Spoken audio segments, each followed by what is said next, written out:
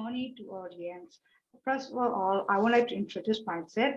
I am Nwe Nwe Htun, Professor of International Relations Departments of the University of Mandalay from Myanmar. I would like to present the topic is the United States and China interest on ASEAN sub-region economic cooperation, Greater Mekong sub-region, and Philippines, Indonesia, Malaysia, Philippines, Brunei, Indonesia, Malaysia, Philippines, East Asian growth area in 2010 to 2020. ASEAN was started to economic integration's amendment in 1992, and it had some obstacles and differences in its integration. And because the external pressures for rising China and the North America free trade area is also forced to its integration. On the other hand, the Asia Development Bank (ADB) sponsored the GMS program and BIMB EAGLE.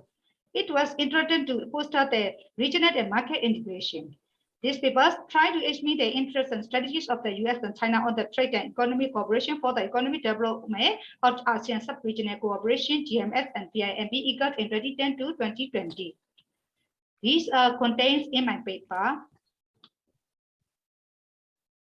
The objectives of my paper is to get knowledge why the US and China are interested in ASEAN sub-regional economic cooperation, GMS and BIMB EAGLE, and also to share knowledge the US and China policy towards East Asia economic integration.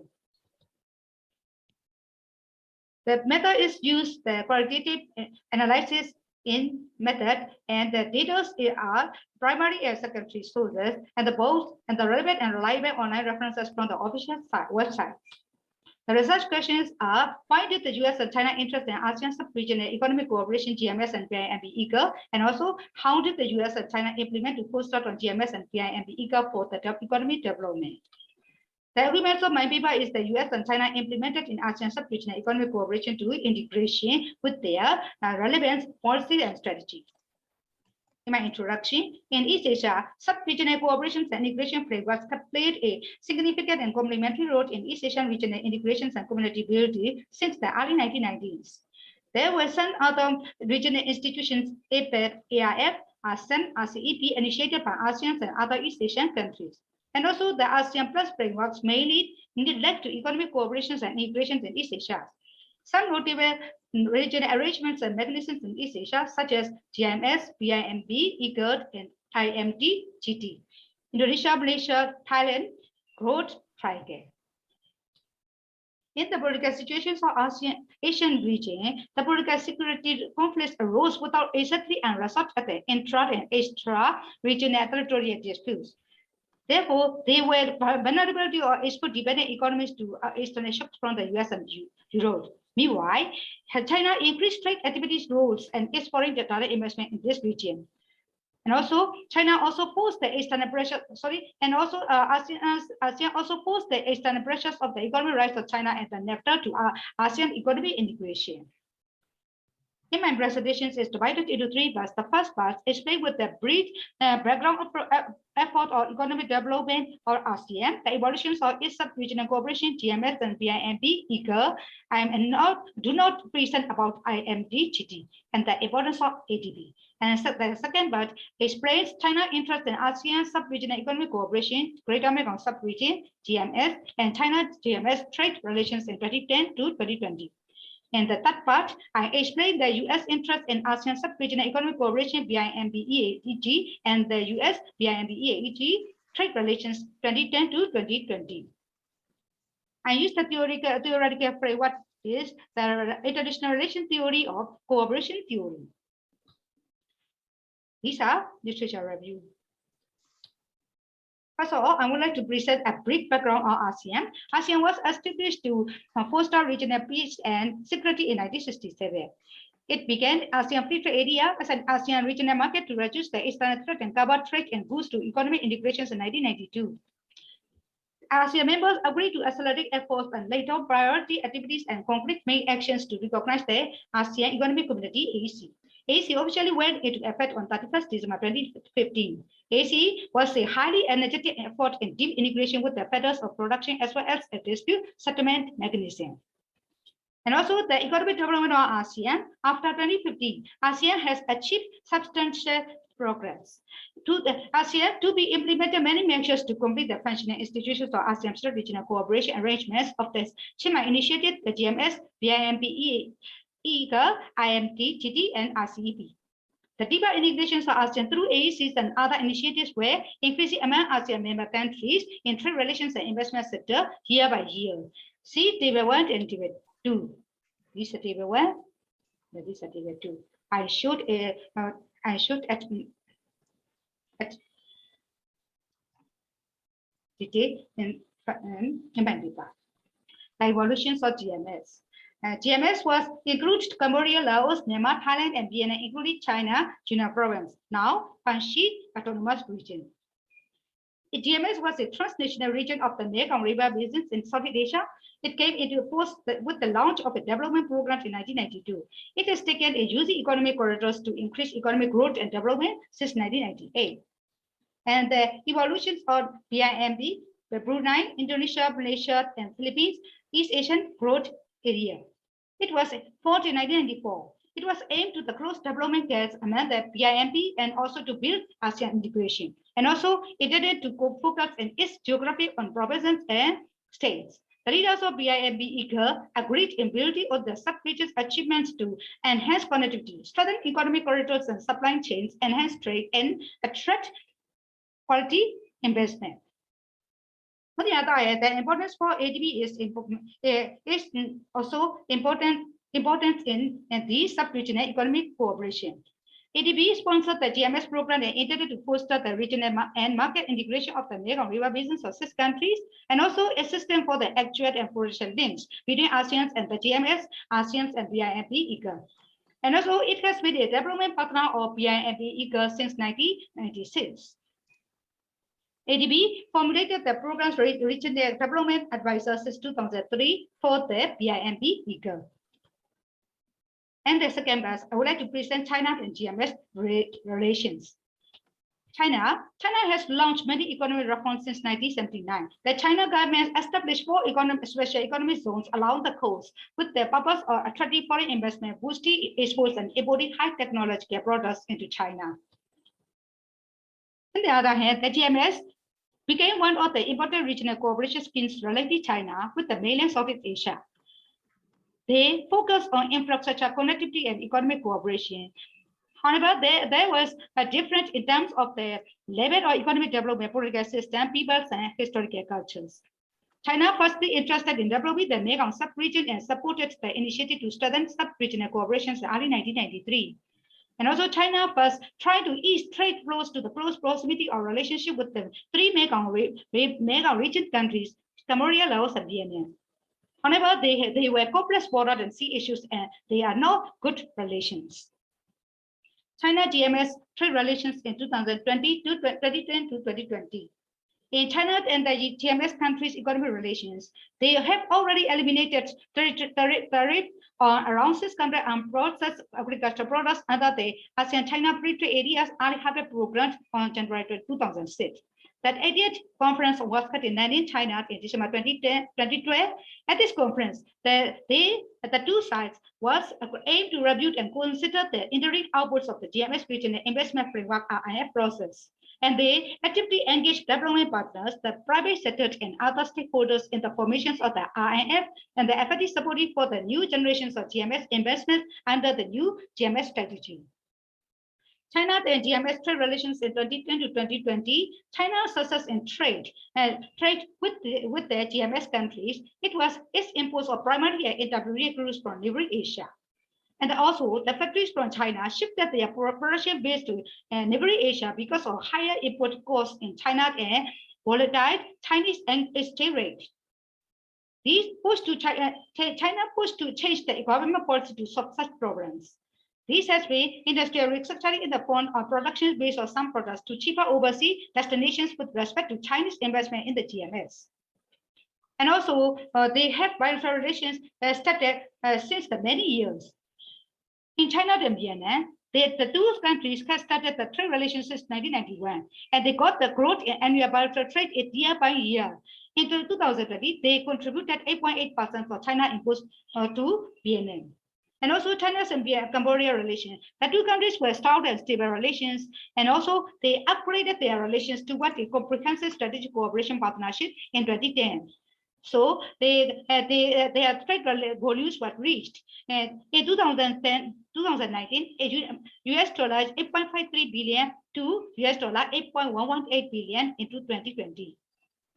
And Myanmar and China bilateral relation, and in Myanmar, that in 2011, Myanmar took its political and economic reform. After the reform and Myanmar and China signed the 5 memorandums of understanding, including the establishment of China-Myanmar border economic cooperation zone. Therefore, from the border trade, they exceeded trade value was US dollar 1.4 billion. And also China and Laos relation. These two countries increased in their trade relations 48% US dollar 2.3 billion in 2021. They are the higher volume of the border trade increase. They signed the proportions of zero tariff products in the goods trade between China and the Southeast Asian countries. According to the IMF docs, China's and GMS intra-regional trade relations were increasing year by year during 2010 to 2020. See Table 1, Table 3, then Table 4. After the bilateral trade relations between China and the GMS countries, and China has enabled all these investment to build strong bilateral and multilateral relations through investment, trade, and aid with its southern neighbors. And also the GMS countries got the economic growth from their China trade. These are Table 3 and the Table 4. And in the third part, the US and the IMB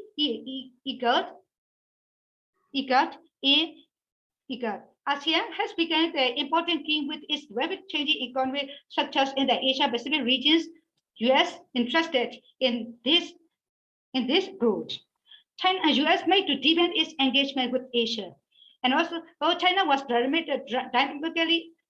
ASEAN was dynamically economic growth with nearly 600 million people through the crossroads of huge markets and connection with the critical shipping lanes. Therefore, US interested in ASEAN and its sub-regional cooperation.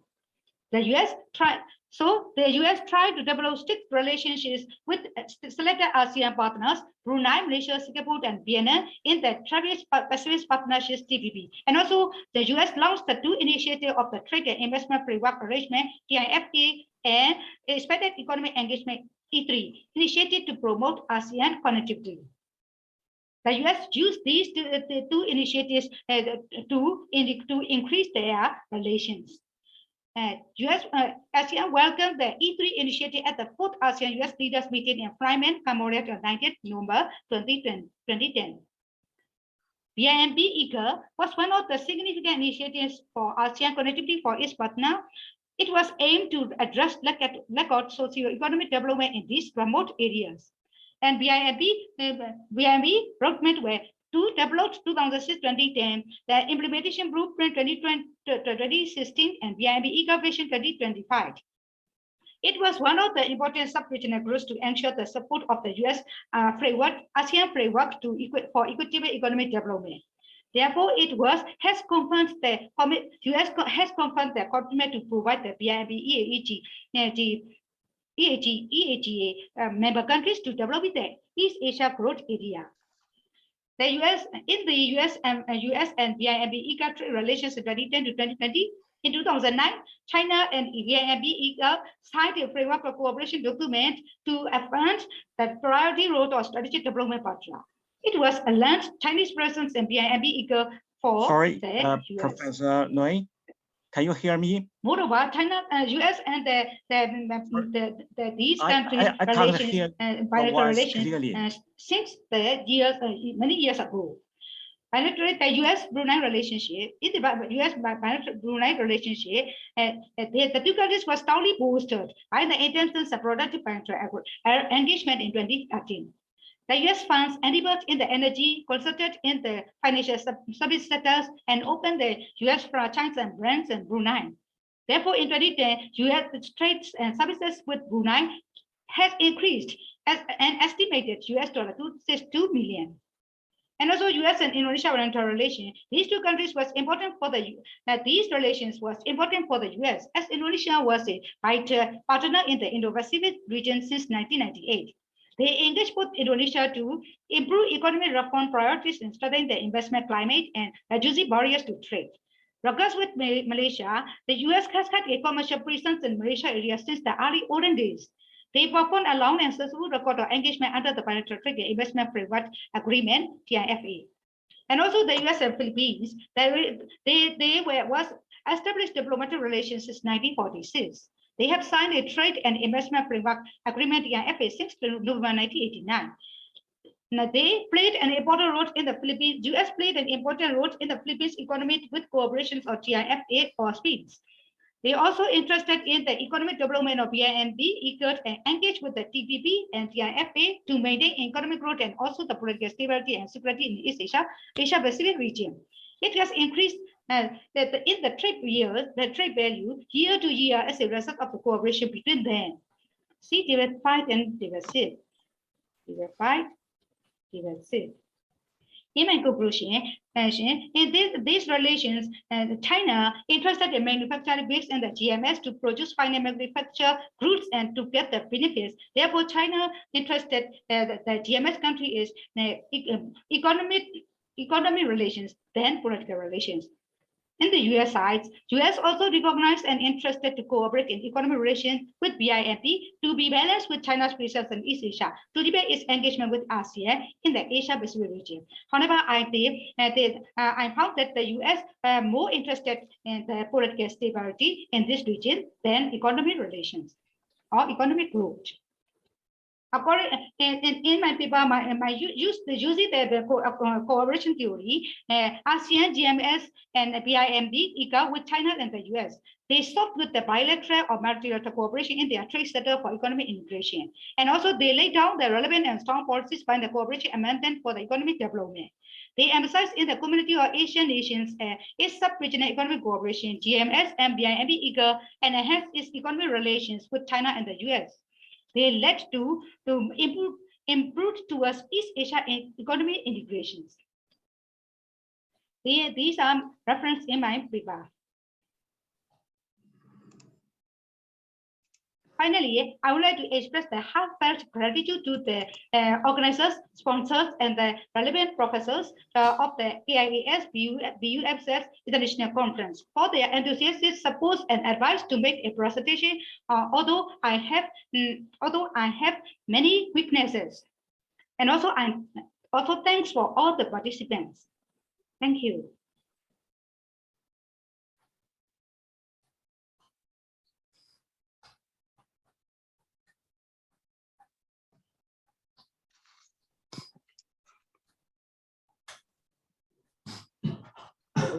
Okay. Okay. Thanks for Professor Nwe Nwe Htun's interesting presentation. Next, let's welcome the discussant, Professor Yohan from Busan University of Foreign Studies. Give us some comments on the presentation, please. Okay, thank you, moderator Professor Nwe. This is a research professor, belongs to Busan University of Foreign Studies. I would like to express my sincere appreciation to Professor Nwe Nwe Htun, who presents outstanding article this morning. This article is exactly in line with a project currently being carried out by our research institute. It is also a comprehensive study on the ASEAN sub-regions between the United States and China. As a Mekong researcher, I learned much from this presentation. However, I think there is too simplistic analysis that China is focusing on the GMS and United States is focusing on the BIMP-YAGA, because United States is actively strengthening cooperation with Mekong countries through US-Mekong partnership. Also, China is making effort to strengthen cooperation with BIMP-YAGA.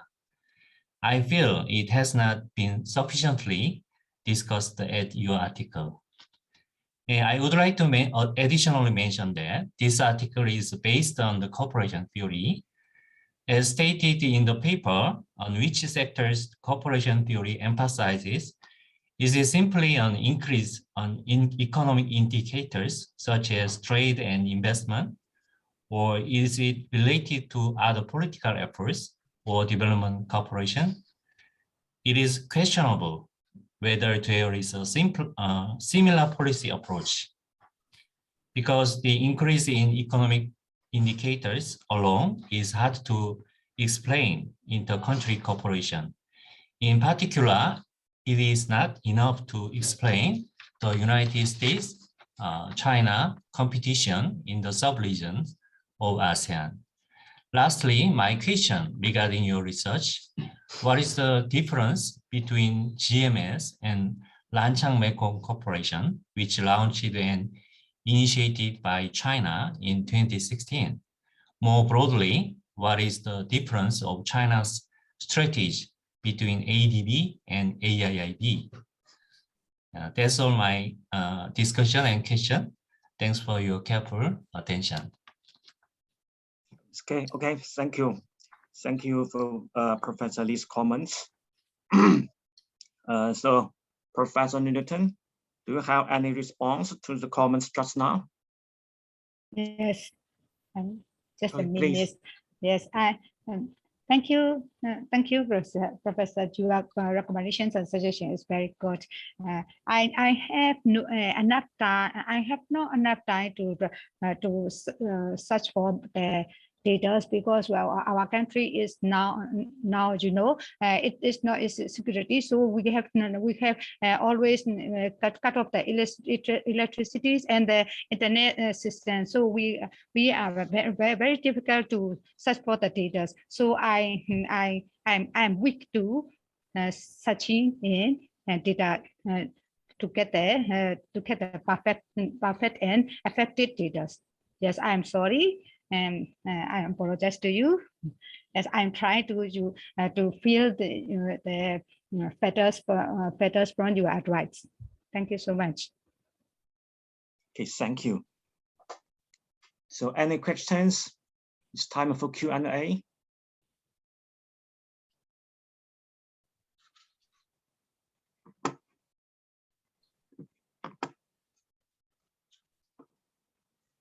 Questions?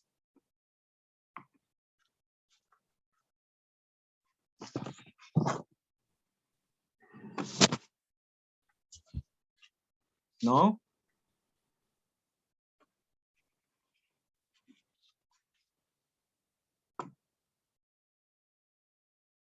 Oh, yeah. Okay.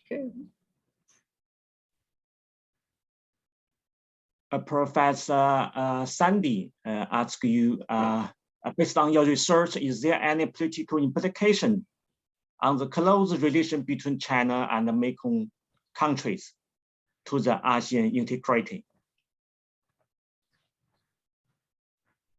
Yes. Yes, political. This is my paper. Is the specific areas are only explained in economic relations, not political data. I do not use political data. Only I explain is economic relations.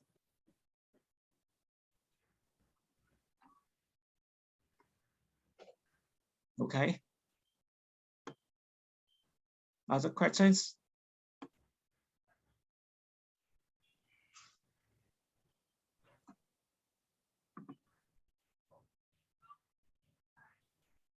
No. Okay, I have a question for you, Yes. Professor Nwe Htun. Yes. In your conclusion, you argue ASEAN's potential role emphasized in the community of Asian nations and its sub-regional economic cooperation, GMS and EAGA, and enhance its economic relations with China and the US.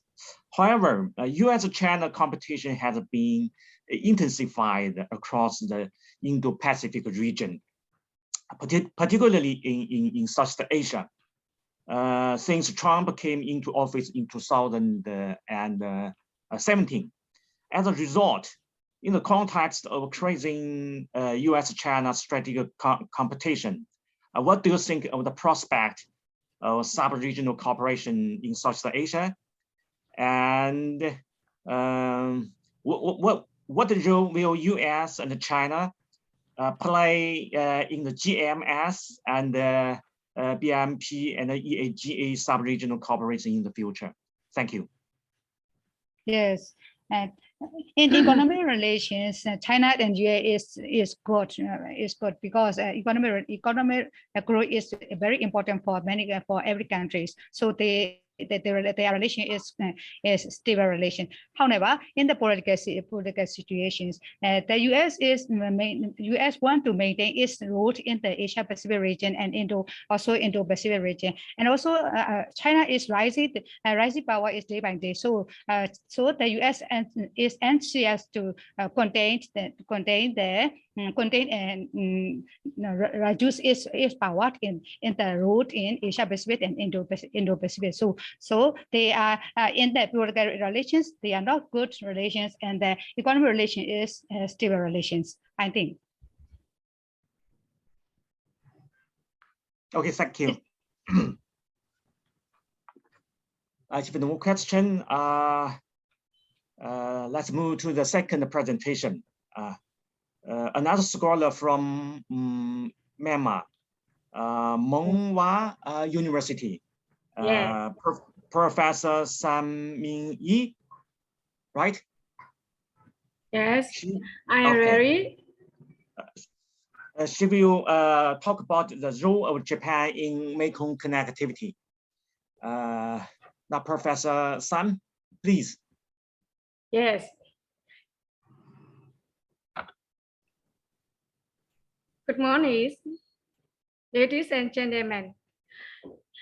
First of all, I introduce myself. I am Myint, Professor in the International Relations Department of Myint Yi University, Myanmar. I would like to thank I have a chance for participating in the 2022 International Conference of Korea Institute for ASEAN Studies.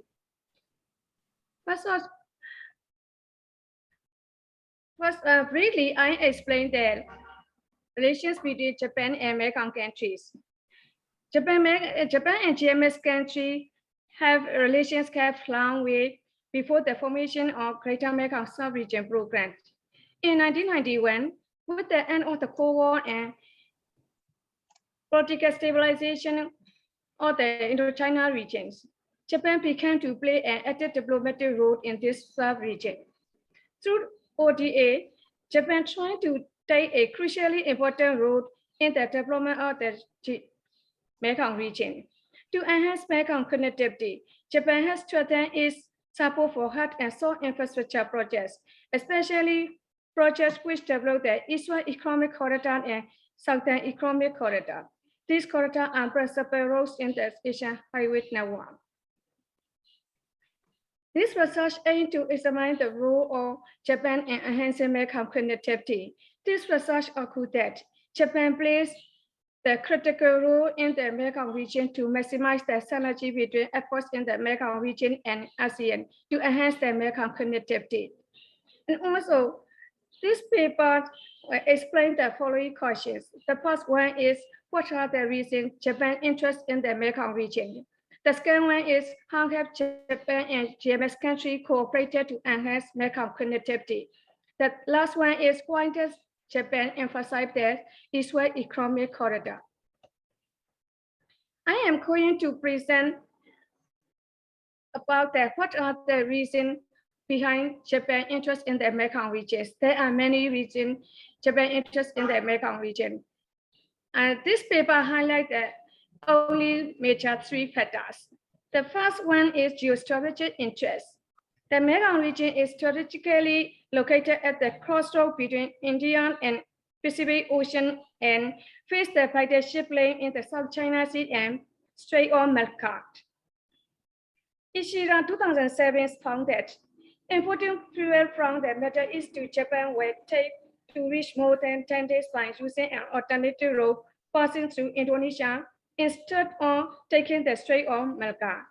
According to the analysis of Cheron 2010, the transportation or logistics from Myanmar to Vietnam will take just only 3 days. This indicates that Eastern Economic Corridor and Southern Economic Corridor will reduce logistic time and cost for Japan. The second one is the China factors. China factor is another consideration for Japan's rising interest in the Mekong regions. Mekong region is directly influenced China's influence. That is a challenge for Japan's presence in the regions. Nicholas 2018 mentioned that Japan now pursues its ambition of creating a piece of new growth machinery to revitalize the Japanese economy and strengthen its strategic link with Asian countries to balance China's regional influence. Japan is the only major power in the region to provide a counterweight to Japan's active involvement in infrastructure development in the Mekong regions. The last one is private enterprise key interest in the Mekong region because of Mekong region is an important manufacturing base and marketplace and also development base for revision labor supply chain and value chain in the region, particularly in Thailand. Private companies have shown their key interest in the development of hard and soft infrastructure, human resource development, and development of disaster prevention mechanisms in these regions. These are the main factors. What are the reasons behind Japan's interest in the Mekong regions? I explained the research question how to cooperate between Japan and Mekong region to enhance Mekong connectivity. Japan increased its proactive foreign policy toward Mekong countries under the initiative of Mekong-Japan cooperation. It aims to provide the people in the Mekong region with boosting prosperity through assistance from ODA and maintaining its influence in the Mekong region.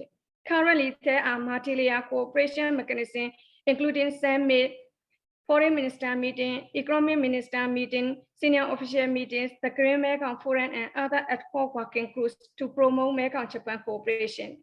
These meetings are regularly held at every level. In my presentation, some of the summit meetings will be discussed. The first Mekong-Japan summit in 2009 was a milestone in strengthening the Mekong-Japan cooperation and contributed to the transformation of Mekong region into a global growth center. Mekong-Japan Action Plan 63 was announced at this summit. The main pillar and mission of the action plan are to develop both hard and soft infrastructure in the Mekong region.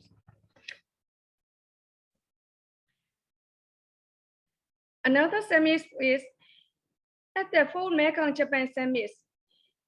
Tokyo Strategy 2012 was adopted to put forward a further vision for the region and establish new pillars of Mekong-Japan cooperation. Tokyo Strategy has been mainly focused on economic development, infrastructure development, human resource, and the environment. To extend its partnership with Mekong region countries, Japan agreed to provide $7.4 billion over 3 years for development assistance to improve transportation, connectivity, and infrastructure. Japan also pledged 57 projects for developing infrastructure in the Mekong countries. These projects are estimated to about $28 billion. Another summit was the 7th Mekong-Japan Summit. The new Tokyo Strategy 2050 for Mekong-Japan cooperation was adopted at the 7th Mekong-Japan Summit, which was held on 4 July 2050. Based on the 4 pillars of over 3 years, 2060 to 2080, which aims to ensure regional stability and achieve economic growth in the region. Under the Tokyo Strategy 2050, Japan assisted the 5 countries with a total of $6.8 billion ODA between 2050 and 2080. The strategy focused on developing high-quality infrastructures. At the 9th Mekong-Japan Foreign Minister meeting in 2016, the Japan-Mekong Connectivity Initiative was launched to realize vibrant and effective connectivity. Amid 23-2060. The expanded partnership for quality infrastructure initiative was announced by Japanese Foreign Prime Minister Shinzo Abe, based on the principle agreed at the G7 Ishima Summit. Through this initiative, Japan will encourage export of high-quality infrastructure and construct win-win relationship. Thus, Japan trying to play a key role in regional infrastructure investment and connectivity through the establishment of its quality infrastructure investment principles. I will briefly explain the importance of Mekong region in the FOIP. Mekong region is a key component of the free and open Indo-Pacific strategy due to its geostrategic location between the Indian and Pacific Ocean. Indo-Pacific strategy is one of the major driving forces of Mekong-Japan cooperation to establish rule of law, freedom of navigation, free trade, peace, and stability in the Mekong region, linking the Indian Ocean and Pacific Ocean. Tokyo strategy was acquired explicitly packaged as part of Indo-Pacific strategies. The new Tokyo Strategy 2018 was adopted at the 10th Mekong-Japan Summit, which was held on Tokyo on 9 October 2018. It focused on 3 pillars. These are vibrant and effective connectivity, people-centered society, and the realization of Green Mekong. Japan agreed to accept Mekong countries and 150 projects under Tokyo Strategy 2018. These projects focus on 3 areas: building connectivity, building people-centered society, the environment, and disaster management. Under the Tokyo Strategy 2018, Japan became a development partner or admit. According to the mention about Mekong-Japan Cooperation Summit, we can see that enhancing Mekong connectivity is the main vision of the Mekong-Japan Cooperation Initiative through 2009. Enhancing Mekong connectivity is essential to enhance connectivity in ASEAN and to achieve the building of ASEAN community in 2050. In this regard, the leaders of both sides have been determined to strengthen the Mekong-Japan cooperation and closely want to maximize the synergy between Mekong-Japan cooperation and other efforts to enhance ASEAN connectivity. In this regard, at the Japan-ASEAN Summit meeting in 2016, for the purpose of strengthening connectivity in ASEAN, Prime Minister Abe pointed out that Japan will promote quality infrastructure investment in accordance with international standards such as G20 principle for quality infrastructure investment. Japan-ASEAN Connectivity Initiative contribute to strengthening the connectivity in the Mekong region. Regarding hard infrastructure, Japan has assisted the Mekong countries in various fields such as road, bridge, port, harbors, airports, railways, electricity, water supply, sewage, information, and communication throughout the region. According to Sanchita 2050, Japan identified 33 flagship projects related to the 3 corridors. The development of corridor is also perfectly in line with the master plan on ASEAN connectivity. I will present regarding research question. Why does Japan emphasize the East-West Economic Corridor? The East-West Economic Corridor is connecting Vietnam and Myanmar through Thailand and Laos. The corridor serves as a land bridge connecting the Indian and Pacific Ocean, saving the sea road via the Malacca Strait. This corridor is important from strategic point of view. Thus, Japan has mainly interested in the East-West Economic Corridor due to the most advanced corridor. Japan greatly supported infrastructure development along East-West Corridor through its ODA. Japan is the main contributor to the development of this corridors by supporting the road, bridge, port, etc. as an integral part of Japan's vision for supporting ASEAN connectivity. Key infrastructure was constructed by Japan to support the physical linkages within the EWEC, such as the Second Mekong International Bridge, Da Nang Po, Hanvei Tunnel in Da Nang, and reconstruction of the National Road number 9 in Laos. By opening the Second Mekong International Bridge transport time will be reduced from Hanoi to Bangkok from 2 weeks by sea to 3 days by land. In Myanmar, Eastern Economic Corridor Development Project Phase 2 is in the survey phase. It will upgrade roads to shorten travel times and enhance the economies of surrounding areas. Physical connection within the EWEC were implemented and almost completed as planned and ready to use except for some section in Myanmar. This slide shows the key infrastructure projects funded by Japan under the EWEC. Due to the time limitation, I will not mention. The Southern Economic Corridor is situated about 60 kilometers east of Hanoi Bay and strategically located between Thailand and Vietnam on the ASEAN Highway, which extends to link a Mekong-India Economic Corridor that has to cross Myanmar to reach the Indian Ocean. So, member countries. Myanmar is of geostrategic importance to Japan and ASEAN countries as well as China and India. On 30th January 2050, Japan agreed to participate in the Nwe project and intended to provide technical and financial support for the project. It is the trilateral effort by Japan, Myanmar, and Thailand to move forward with this project. This slide shows key infrastructure projects in the Southern Economic Corridor improvement projects that contribute to enhancing regional connectivity. The Japanese government does not only emphasize the improvement of hard infrastructure, but also support the development of soft infrastructure, but also support the development of soft infrastructure and provides technical assistance to facilitate the cross-border flow of goods. Soft infrastructure refers to all services which are required to maintain the economic, health, cultural, and social standard of a population. The leaders of American countries agreed to realize the Asian Cargo Highways Initiative proposed by Japan government as a way of establishing seamless physical distribution between Japan and Asia. As a result, Japan and Mekong region Customs Authority have been implementing steadily the measures and system for trade facilitation and custom modernization. Japan and Mekong countries established a Mekong Industrial Development Vision 2.0 in September 2019 and has adopted developments such as digitalization. For example, Japan provided the modernization of Myanmar customs system. Leaders from both sides also agreed to cooperate in the field of telecommunications, cybersecurity, and broadcasting, and underline the significance of human resource development in digital-related areas and international business. In this regard, Vietnam and Myanmar have already adopted Japan customs management systems. ICT has become one of the most important elements in enhancing Mekong connectivity.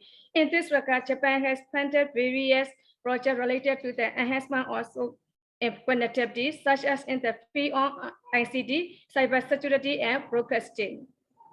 I conclude my paper and recommendation factors.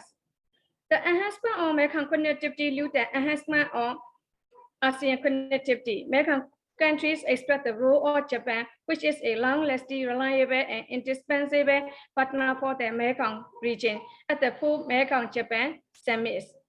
The importance of having a vital link between hard and soft infrastructure is to maximize the benefit of economic corridors. Japan's assistance in the development of hard and soft infrastructure has had a synergy effect on enhancing the Mekong connectivity.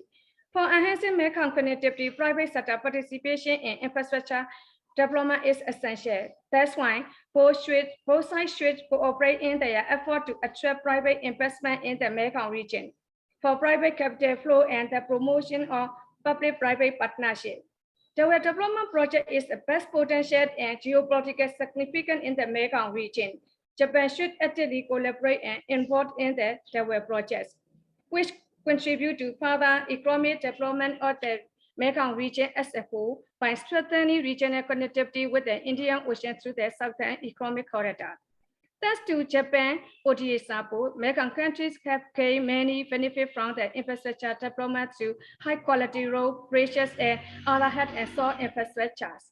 Mekong countries highly appreciated the role of Japan to what the development of Mekong region and expected Japan further constructive role and contribution to Mekong-Japan cooperation. Mekong-Japan cooperation has made various progress under the Tokyo Strategy 2050 and 2080, while the Mekong countries need to overcome challenges by cooperating with Japan. Under the Tokyo Strategy 2050, leaders from the both sides discuss increasing the higher development stage in the Mekong region. They are necessary going to afford the regional stability, the consolidation of democracy, national reconciliation, and realization of peace building in the region.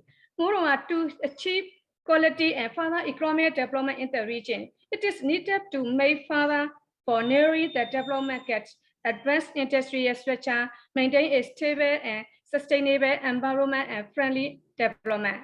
Thank you very much for your attention. Please keep me comment and suggestions. Thanks a lot for Professor San's informative introduction about Japan's role in Mekong connectivity. Yes. Next, welcome Professor Moon-suk from University of Foreign Studies. Make some comments, please. Okay, good morning. Good morning. I'm glad. My name is Moon-suk.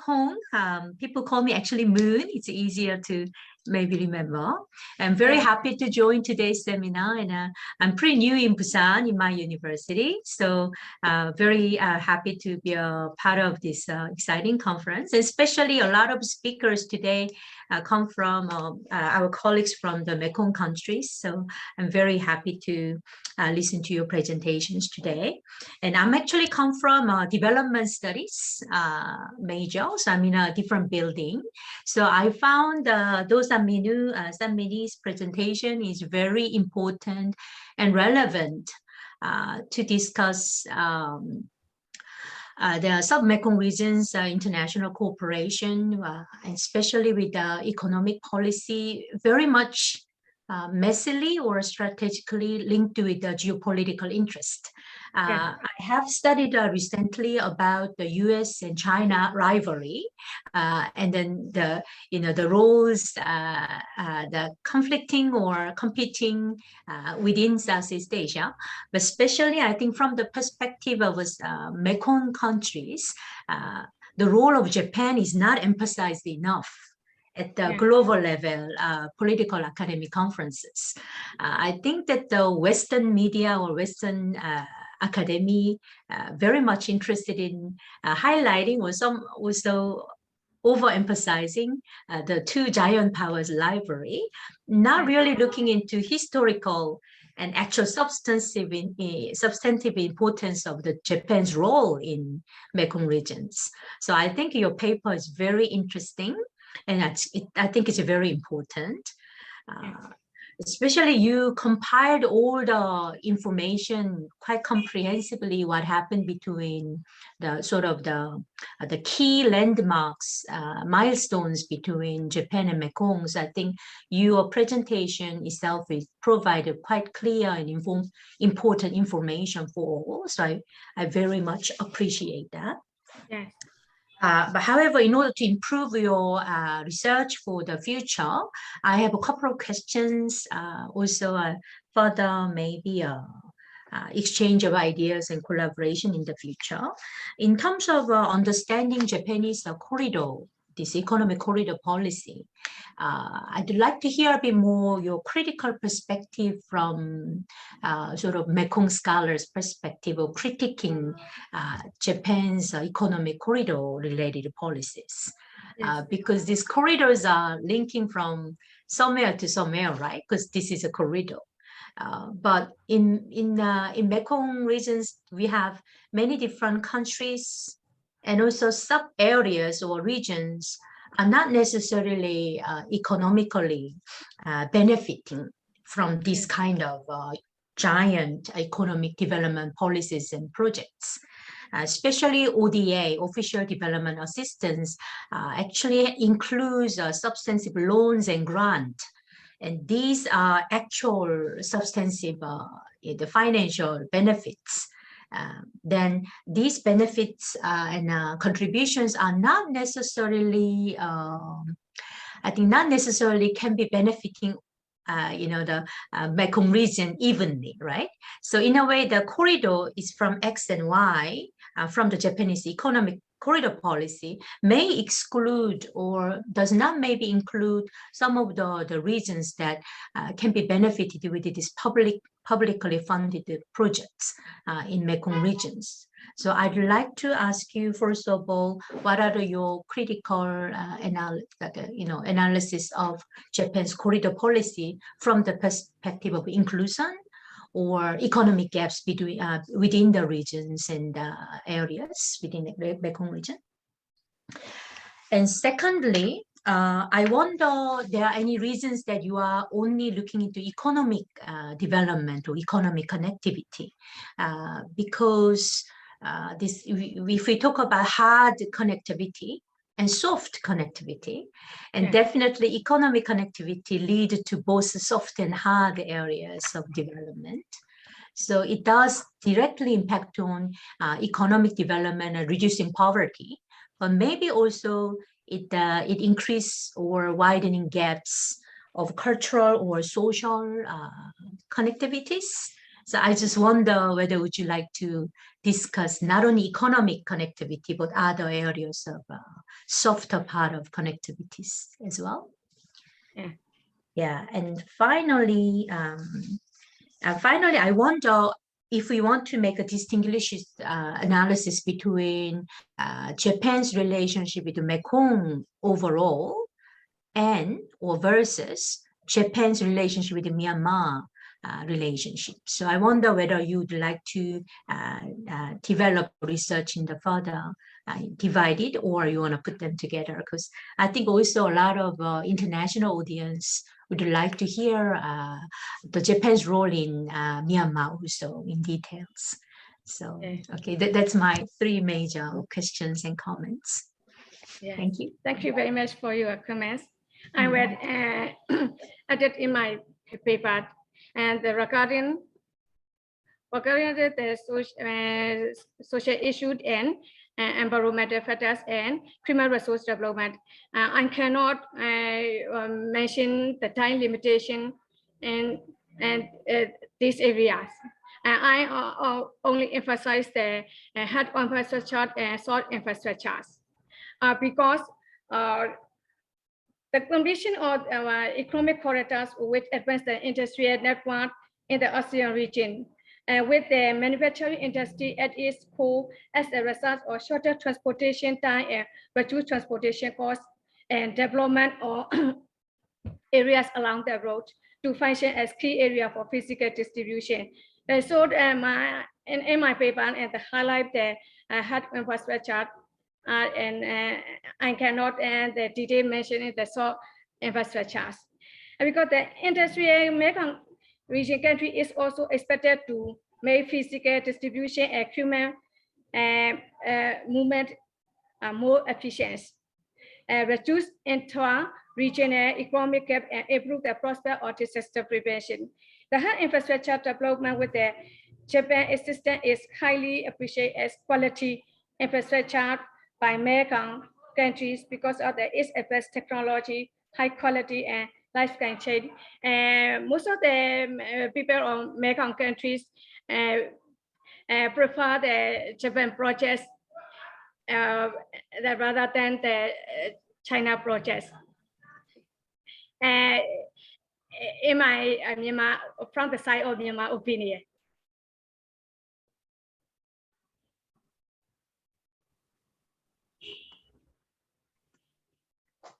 And please try to connect the email.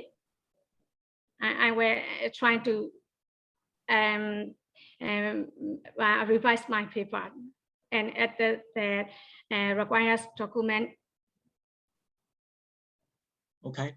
Another two questions for Professor Sun. Professor Nwe, her question is, your conclusion expressed that need to overcome challenges by cooperating with Japan. She wants to know what are the challenges for their cooperation. And when we implemented, when we went to fully implemented the project and enter the Mekong Japan initiative, we need to stabilize the regions. For example, currently in Myanmar, most of the projects cannot implemented during this time because instability in the political instability in the Myanmar. And so we emphasize that Japan, not only Japan, but also ASEAN and other international organizations or regional organizations need to promote and need to issue the regional stability and other social issues and promote the democratization in GMS country, I think.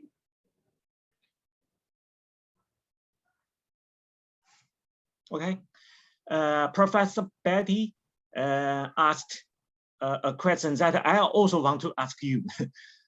Based on your observation, the Myanmar people prefer to have Japan or Chinese investment. He believes they have a different approach to the local people, maybe NGO. What about your opinion? Which and do you mean NGO? NGO, yeah. What about the different approach between China and Japan towards this region, towards Myanmar? Myanmar is firstly, firstly, most from the side of Myanmar people, Myanmar prefer the Japan's projects rather than China, because the most of the Japan projects are high quality standard and loans are low interest rates. And China, most of the Myanmar people are afraid that debt trap. Most of the Myanmar people are afraid that debt trap regarding the Chinese projects. And I think NGOs and the most of the hard infrastructures, NGO cannot implement. I think Japan in Japanese projects implemented, the main or the contributor is JACA. JACA is not NGO, government GO organization, not NGO. Can I come in here for a minute? Since you mentioned about China and Japan, what about, because we are also having conference with the Korean colleagues, do you see from Myanmar perspective, China, between China, Korea, and Korea's contribution and working with Myanmar, how's your evaluation on that? Myanmar pivot is like the China or Korean projects. I think Korea projects during the Italian bridge is funded by the Korea projects. Korea finding. Since the China, Korea, Japan's interest working with like Mekong region and especially Myanmar is increasing, more of our Koreans and Japanese and Chinese are willing to work more in Myanmar and other parts of Mekong. Do you have any mechanism to balance out what's our geopolitical interest and our private sector interest over your regions and country? Yeah. How do you have any mechanism to balance out our interests and your economic development? And after the military coup, we according to the data, sorry.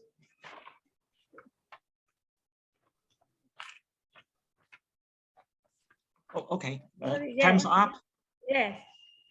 According to the data, Japan and China is the main balance contribution in the Myanmar project. Because Japan, China planted through the North-South Economic Corridor.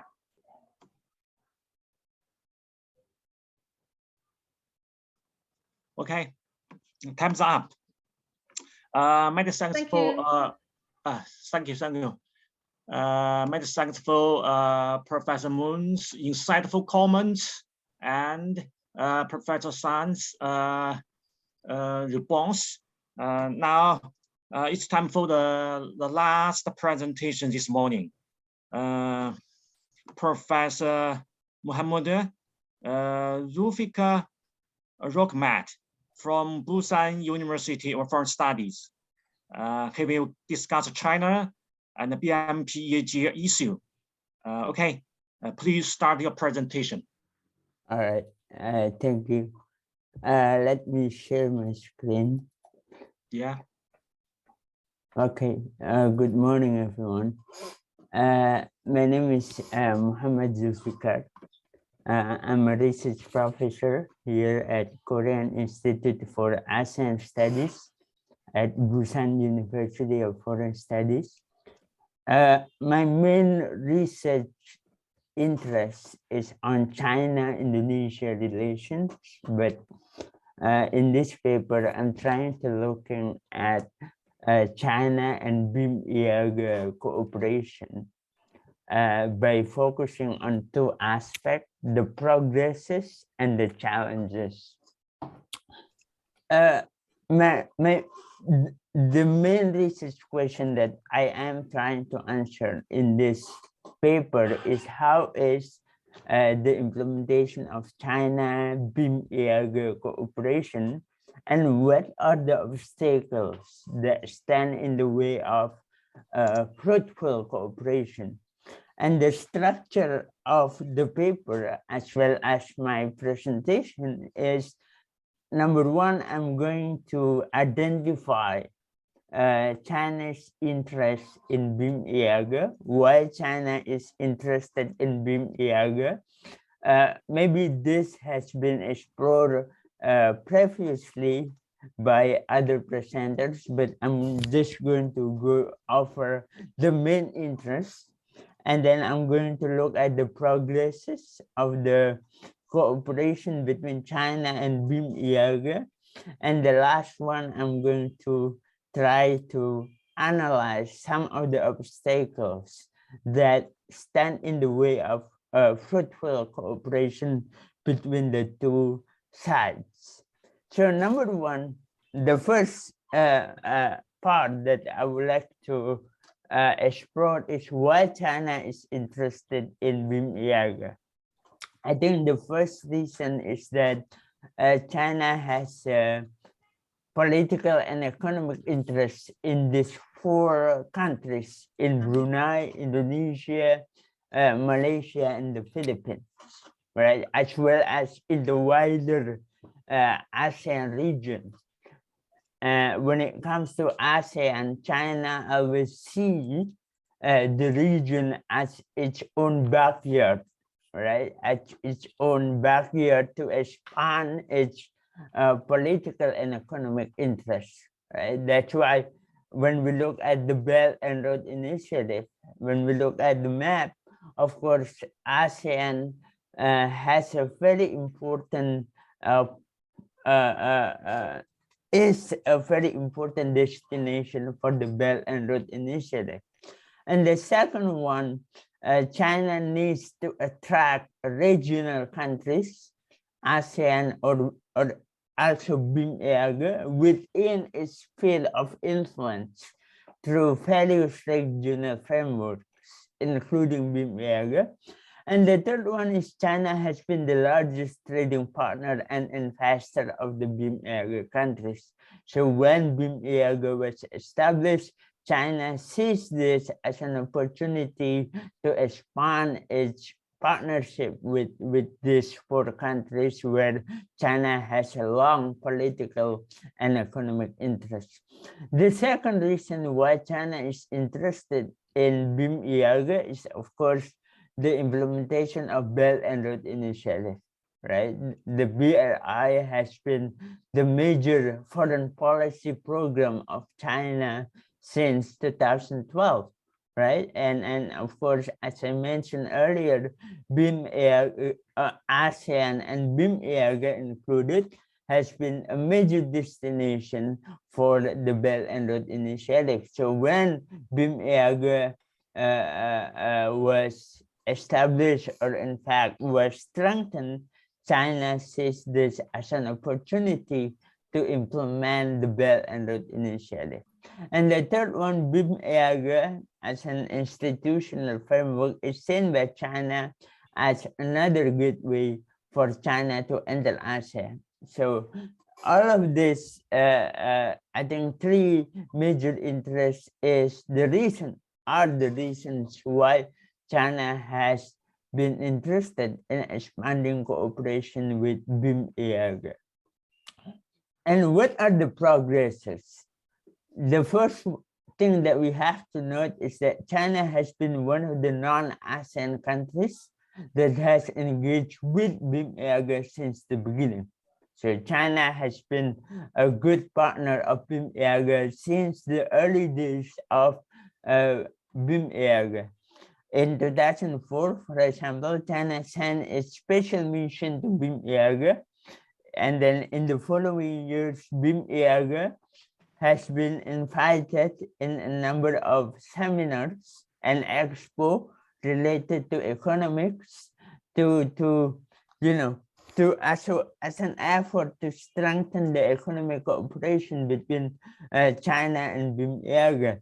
And then in 2009, the two sides signed a framework of cooperation, which made China a strategic development partner, right? And in 2012, Myint Yi also participated in a number of seminars that was held to strengthen the cooperation between China and ASEAN. Although the cooperation between China and Myint Yi was limited in the early years, it has increased in recent years. This is especially after the introduction and the more active implementation of the Belt and Road Initiative in the region. As you can see here, in 2017, for example, there is an investment seminar and business matching in Nanning, which resulted in a number of memorandum of understanding being signed by China and Myint Yi countries. And during the 14th China ASEAN Expo, China and Myint Yi also discussed collaboration in different spheres, including education, agriculture, manufacturing, and tourism. And then in 2018, the first ministerial meeting between China and Myint Yi was held in Brunei, and the focus of cooperation between China and Myint Yi was expanded to include agriculture, energy infrastructure, fishing, human resource development, trade, and investment. This shows that over the years, the cooperation between China and Myint Yi has increased. In 2019, ASEAN China joint statement on synergizing the master plan on ASEAN connectivity 2025 and the Belt and Road Initiative also mentioned Myint Yi as one of the ASEAN sub-regions where the implementation of the BRI would be enhanced. And then in the same year, the second ministerial meeting was also organized, whereby plan of action for BIM-EAG-China cooperation was signed or was agreed upon for 2020 and 2025. And this document is very important because it outlines the key focus of the cooperation between China and BIM-EAG.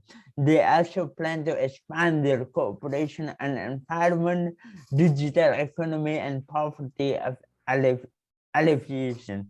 And then they also emphasize a number of issues, including increasing transparency on non-tariff measures and regulation. And then a number of investment and projects have also been discussed, such as China planning to provide a grant or funding for BIM-EAG. China Development Bank plan to launch a $5 billion loans for China BIM-EAG cooperation. And it was aimed for several projects in transportation, industrial capacity, health industry, and other fields. Although, however, today there is no update on whether this fund have actually been disbursed or have actually been sent or been actually implemented. And China also expressed the need for China's Chamber of Commerce and Business Council of BIM-EAG countries to form joint business association. And then China's eagerness to engage with BIM-EAG in the recent years is also seen from the recent statement by the government in Beijing. BIM-EAG, for example, was identified as a primary area of cooperation between China and ASEAN during Xi Jinping's speech in Brunei and Malaysia in 2020. And then, as I mentioned earlier, the ASEAN-China joint statement on synergizing the master plan on ASEAN connectivity 2025 and the Belt and Road Initiative also mentioned BIM-EAG as one of the important areas for their cooperation. And then China has also established a number of consulate offices in the 4 BIM-EAG countries, and this has made China one of the countries with the greatest, right, with the biggest consular presence in BIM-EAG. And then I think one particular exemplification of the strengthening China BIM-EAG cooperation is Davao in the Philippines, where it is considered by the Chinese Foreign Minister Wang Yi as a pilot city for the partnership. And China plans also has a number of plans to assist the speeding up of economic development in Mindanao through the BIM-EAG framework. So this also shows how the cooperation has developed. And then a number of training programs have also been organized between China and BIM-EAG countries. The focus is to develop technical and capacity building among BIM-EAG countries with a goal to ease cooperation between China and BIM-EAG. And then there are also a number of cooperation in academic spheres, like a number of seminars, a number of courses are being held about how to increase cooperation between China and BIM-EAG. However, despite all of these progresses, we can see that most of the cooperation are taking place only at the surface level, right? It has not gone beyond proper or concrete implementation. So most of the cooperation, most of the progresses only focus on plans. You know, China planning to do this, China and BIM planning to do this and to do that, but there are no concrete. I can see that there are limited concrete implementation of the cooperation.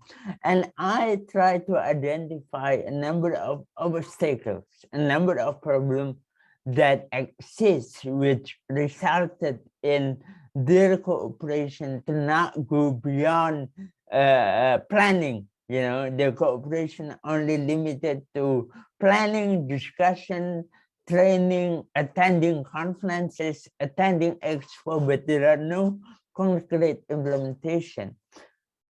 The first obstacles, I think, which stand in the way of a strong cooperation between China and BIM-IAG is that China seems to prefer to cooperate with the 4 countries of BIM-IAG bilaterally than multilaterally. If you look at China's relationship with Indonesia, has grown very strong over the years. In fact, many analysts have said that Indonesia has become very dependent on China. The same thing with Malaysia, right? The relationship have grown. They have signed a number of agreements, and the same thing with Brunei and the Philippines. So China sees that BIM-IAG is only as an additional framework to cooperate rather than the main focus of the cooperation with these 4 countries. So China feel like, you know, I have good cooperation with these countries without BIM-IAG. So why do I need BIM-IAG? So I think BIM-IAG has been only a secondary gateway for China to enter ASEAN or to enter these 4 countries rather than the main focus. And the second obstacle, this second, I think, problems why China and BIM-IAG cooperation has not been very strong is that there are more mature institutional frameworks that have facilitated China's cooperation with ASEAN countries. There are more mature, more well-established institutional frameworks, such as ASEAN-China Free Trade Area, which of course have facilitated China's cooperation with ASEAN countries. And China has also established a number of frameworks bilaterally with Indonesia, with Malaysia, with the Philippines, and with Brunei, Jerusalem. Like with Indonesia, China has established bilateral economic and trade cooperation agreement. And then with Malaysia, there is framework agreement for comprehensive bilateral cooperation. And with Brunei, we have bilateral cooperation framework of bilateral cooperation in the 21st century. So China feels like with this more mature institutional framework, why do we need another institutional framework? You know, so when BIM-IAG was established, even though China was interested to cooperate with BIM-IAG, but China sees BIM-IAG only as a additional framework, not the main focus, not the main framework to engage with ASEAN countries or with these 4 countries of ASEAN. And the last one, the last obstacle that I think still stand in the way of the good cooperation between China and BIM-IAG is that China has a maritime dispute in the South China Sea with all of these 4 BIM-IAG countries.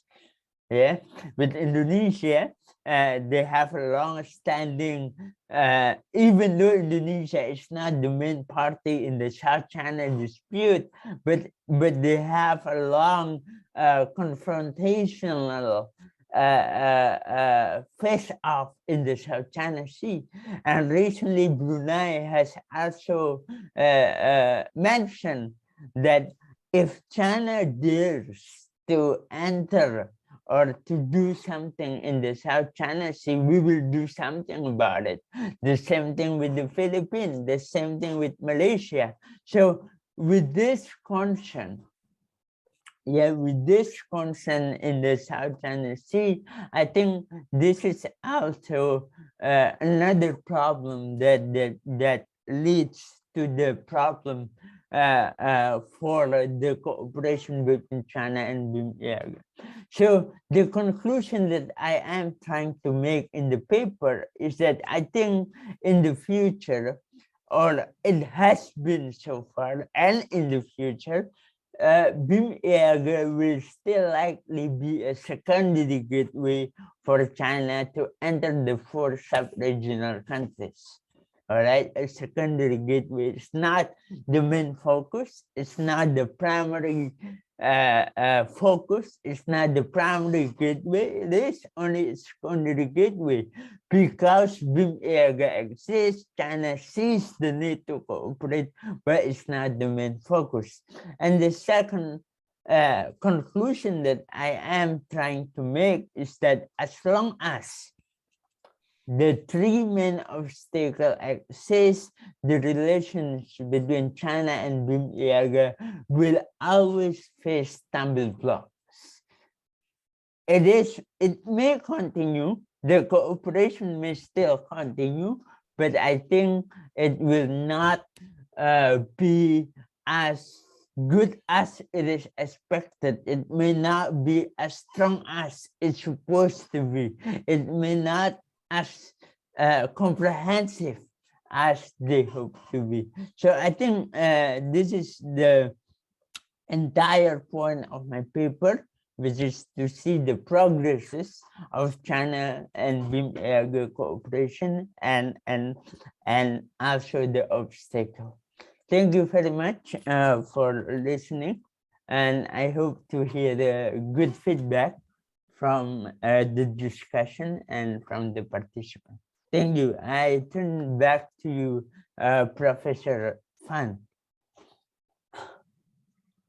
Well, thank you for your presentation. Now, finally, welcome Professor Ki-Hyun. Give some comments on Mohammed's paper, please. Okay, thank you. Hello, thank you, Professor Fan Hongwei. My name is Ki-Hyun, and I'm based in the Institute for East Asian Studies at Seogang University in Seoul. I want to first thank Professor Kim Dong-Yap and the Korean Institute for ASEAN Studies at Busan University of Foreign Studies for inviting me up to the conference at Discussant. And from my understanding, the Institute, the KIAS-BUFS, recently started an interesting research project on the issue of sub-regional cooperation in and around Southeast Asia. And I believe the project can make a relevant contribution to policy and academic community in Korea and elsewhere in exploring the understudied and somewhat overlooked subject areas for Southeast Asianists in the region.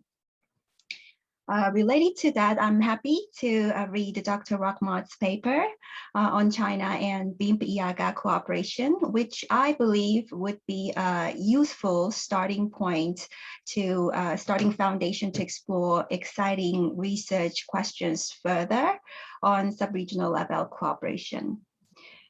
In particular, the topic must be interesting to many audience who is interested in the asymmetric relations between China and Myint Yi member countries and how the asymmetry plays out in shaping the relations. The paper is quite informative with detailed information and records about the relations.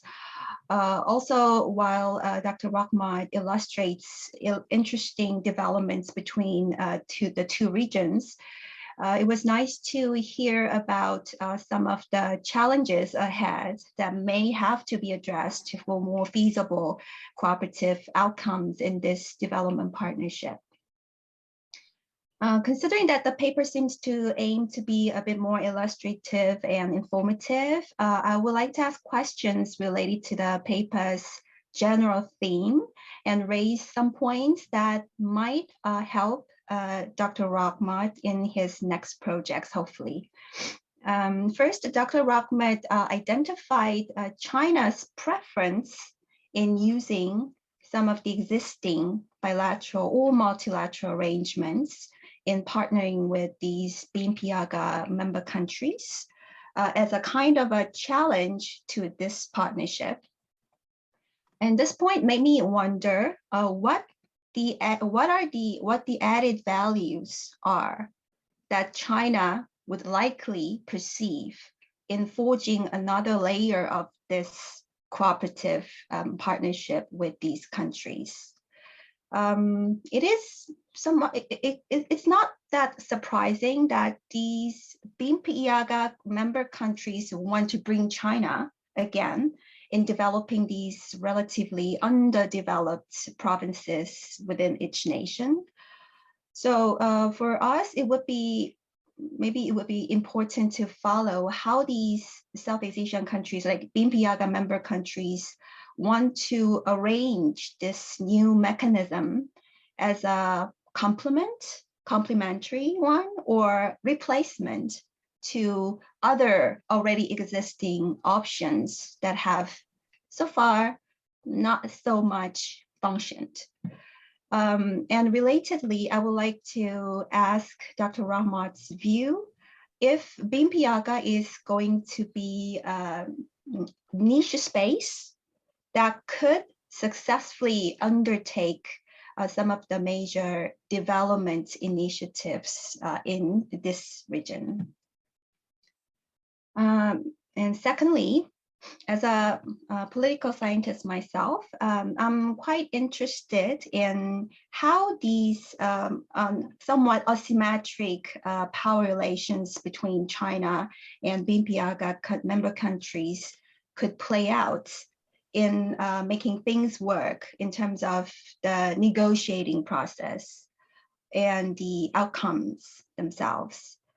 In particular, I wonder whether the growing influence of China would possibly be a source of anxieties or concerns among even local elites or local residents who are relatively somewhat less interested in nation-to-nation, like international diplomatic relations, than compared to the elites based in, the capitals, like such as Jakarta, whose concerns about China's rising influence have been quite frequently identified already by numerous studies out there. And your paper, Dr. Rakhmat's paper, reminds me of the recent book by David Lampton, Selena Ho, and Chang Chi-kwik, right? I think he's aware of it. They're quite interesting book projects published last year or 2 years ago, entitled Rivers of Iron. I guess that some of you already read, or some of you are quite interested in reading further. And the book quite vividly illustrates the importance of domestic politics or local politics on running with these Belt and Road Initiative deals in Southeast Asia. In case, Dr. Rakhmat, if you are familiar with the project, this book, I want to ask you to maybe relate their work to the project or the works that you are doing, and let us know more about how these books discussion provides implications on your work on this China BIMPIAGA partnership. Thirdly, I also wonder how much stake the BIMPIAGA project would have for policy communities in each member country in BIMPIAGA. Also, who are the major stakeholders in each domestic space? If we take Indonesia as an example, is this Myint Yi thing, is it a top-down project into which elites in Jakarta put substantial effort, or is it just being designed as more of a voluntary or more of a local level project? Or is it more about between the Chinese central government and the provincial level elites in Indonesia who are interested in developing their own regions, quite far away from the level of interest among the elites in capital, in Jakarta? I have been interested in this topic of the sub-regional cooperation that has been there for almost 30 years. But honestly, what prevented me from studying further is that it was difficult to see clearly who is who and who has more stakes than whom in the big picture. So I would appreciate if you can give us a little more clear picture on who are the major stakes and what are the major stakes and who are the major stakeholders and some of the ongoing projects under Myint Yi umbrella or China Myint Yi partnership.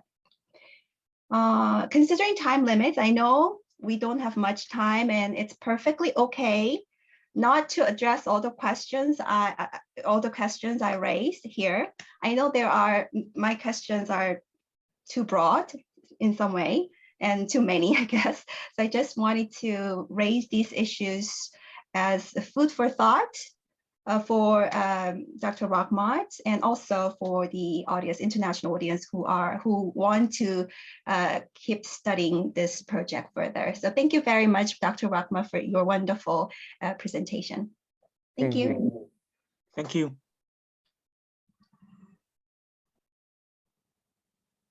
Okay, Professor Mohammed, any response? All right. To the comments, the questions? Okay, please. I'm going to respond to some of the points quickly because we don't have much time. I think the first and second point about whether Myint Yi can become a complement, replacement, or in fact a new platform of cooperation is quite interesting to see. But in my paper, by looking at the past cooperation, the cooperation that has taken place over the years, I yet to see how Myint Yi could become a new platform, given the fact that most of the cooperation, as I mentioned earlier, only focuses on planning, signing cooperation, but yet there are no concrete implementation on those implementation. As far as my research goes, there are no concrete projects, but this also can come to the fact that when it comes to China's investment or Chinese project in ASEAN in general, or in Myint Yi in particular, it is very difficult to differentiate which projects belong to which umbrella. You know, we cannot differentiate, oh, this one is a Belt and Road Initiative project, and this one is Myint Yi project. This one is Chinese investment in Indonesia or Chinese investment in Malaysia. We cannot really differentiate. And if we look at China's foreign policy in the past, not only in Indonesia, because, for example, I also look at Chinese investment in the Middle East, for example. You know, China always tries to accept whatever comes, like, for example, whatever new development takes place in that particular region. Oh, there is a new Myint Yi. Okay, I'm gonna sign it. There is this new thing, I'm gonna sign it. There is this new thing, I'm gonna sign it. So I think Myint Yi, I still believe that BIM area is still a secondary platform for China so far. I'm not sure about the future. It is possible that in the future, BIM area could become a new platform for cooperation between China and ASEAN countries or BIM area countries. The second point is about negotiating with China or state-society relationship. It is, I think, one particular research that I'm doing, even though I'm not focusing in the entire BIM area countries, because one of my friends from the Philippines, Dr. Alvin Kamba, has done a lot of research on this, on how elites try to negotiate with the people and with the society in general in accepting Chinese projects. And so in my research, so a lot of reports, a lot of research only seems to tell a story that Chinese investment can come anytime, will be accepted at any cost at any time. But in reality, there are so many negotiations taking place. There are so many efforts, not only by China, but also by domestic leadership, domestic elite in accepting this project. There are many negotiations take place, and in Indonesia, this seems to be very important because Jokowi and a lot of the people behind his leadership have a strong personal business cooperation with China, but yet at the same time, there are many politicians who are concerned with the potential of debt trap and so on and so forth. So I think about negotiation, about behind the scene negotiation that take place is very important topic to explore. And the last one is about major stake and stakeholder in the BIM area project. This is something that, again, need to be explored further, especially with the fact that, as I mentioned earlier, that these projects are very difficult to be identified. We don't know which one is BIM area and China project, which one is Chinese investment in that particular country, or which one is Belt and Road Initiative project. It is very difficult to differentiate. So this is, I think, thank you very much for your suggestion. I think this can become a new avenue of exploration for me to explore further about this topic. Thank you, Professor Wei. Yes, thank you, Professor Bei's comments and Professor Mohammed's response. We have no time, so still some questions. Maybe this afternoon we continue the discussion. This session, 3 presenters discuss the role who the 3 external parts, Japan, China, US, play in ASEAN sub-regional development. We learned a lot from the presentations and the discussions. So now it's time for lunch. We have to stop here. Thank you for your participating in session 5. Okay. Thank you so much. See you this afternoon. Bye. Thank you so much. Thank you. Goodbye.